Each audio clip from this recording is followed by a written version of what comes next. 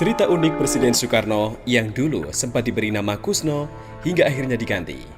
Kisah yang jarang diketahui orang banyak diganti karena merasa sering sakit-sakitan. Ditulis oleh Denny, dilansir dari bombastis.com.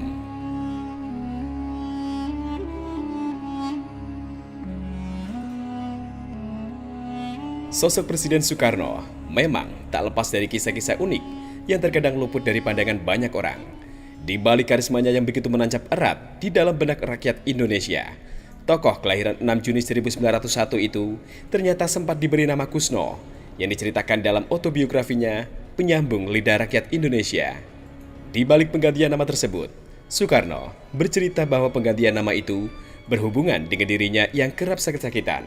Memang, ada sebagian orang zaman dahulu yang masih memegang erat pada tradisi.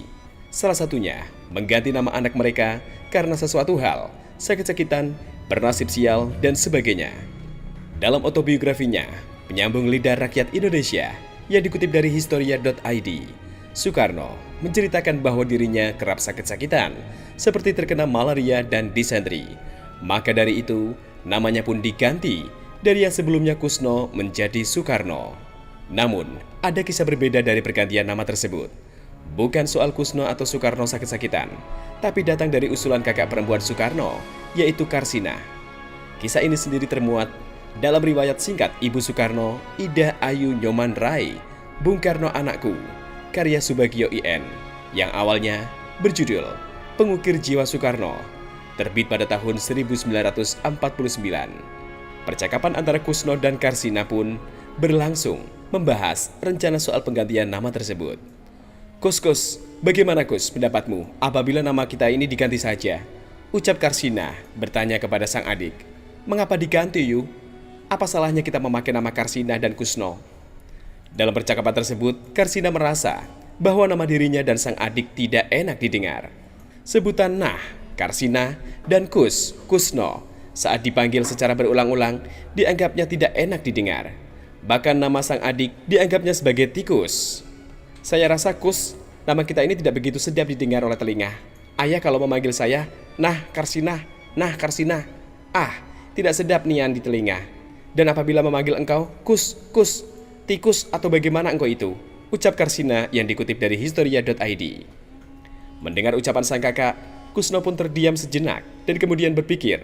Dalam hatinya, ia membenarkan saran sang kakak soal namanya. Apakah dirinya mau dipanggil Kus yang dianggap seperti tikus? Kusno pun mengiyakan saran tersebut. Ia juga ingin ganti nama. Saya pikir-pikir benar juga engkau Yu. Sebenarnya bagi saya sendiri juga tidak senang dipanggil Kus itu. Kus itu singkatan dari tikus atau bagaimana? Atau singkatan dari kakus barangkali? Tidak. Saya tidak mau lagi dipanggil Kus, walau oleh ayah dan ibu sekalipun, kata Kusno membenarkan. Segera, rencana tersebut kemudian diutarakan kepada sang ayah, Raden Sukopin Sosrodihardjo, yang kemudian menyetujui hal tersebut.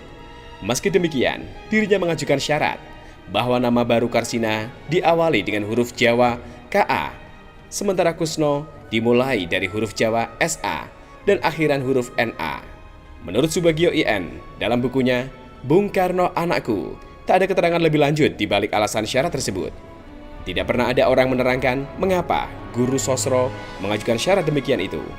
Akhir dari pergantian nama itu, sang kakak Karsina memiliki nama baru sebagai Karmini, sementara Kusno memilih nama Soekarno.